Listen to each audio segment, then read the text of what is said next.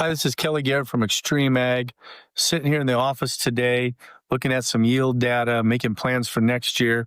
One of the things I'm really excited about is soybeans. That's something that I've not said very many times because I don't think I'm a very good soybean farmer, but we continue to research it. This year on soybeans, Mike Evans and I really had some in-depth research, and the three nutrients that really continue to stand out that were needed were calcium, magnesium, and sulfur. Now, along with a whole host of other micronutrients and things like that to balance that plant, assimilate that nitrogen that I've talked about many times, the calcium, the magnesium, and the sulfur. And we applied them in a couple areas a few times, like 3 times. We made like 3 passes, and we would continue to take sap samples. And after the application, we would get the levels up in the operating limits where we wanted it to be, and then it would fall out. And those levels would fall out. We could not maintain them. Interestingly enough, and this is what I'm excited about, speaking with Temple the other day, he talked about using a new product from Nature's called Detour. Interestingly enough, Tommy Roach of Nature's made the product Detour. It's got a lot of different nutrients in it, the calcium, the mag, the sulfur, many micronutrients, and a humic, nice load of sulfur, nice load of magnesium.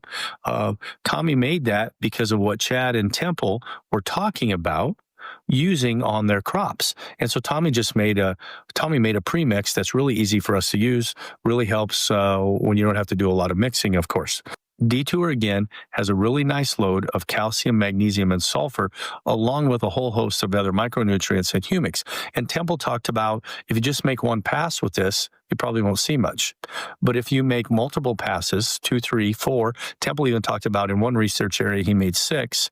Holy cow, does it really show out? Temple hasn't run a lot of sap analysis or things yet, research like that. Temple does what's tried and true with him. I've learned a lot from Temple on soybeans. This is the value of XtremeAg and the peer group that it really is. Temple has talked about the more passes he makes, the better the product shows out, and he thinks it builds on each other. Well, I think that really goes along with what Evans and I saw in the sap analysis, that we really need to get that calcium, magnesium, and sulfur up there. The one field of beans we had this year made 72. In the area where we had the trials in that field with the calcium, magnesium, and sulfur, the beans made 87, 15 bushel better than the field average. I thought that was a tremendous statement. Makes me excited for next year. It makes me even more excited when I hear what Temple has to say. Temple, for example, had one trial with magnesium acetate from Nature's, had an 8 bushel yield advantage. It just goes to show you the need for secondary nutrients in the crops. There's way more to it than NP and K.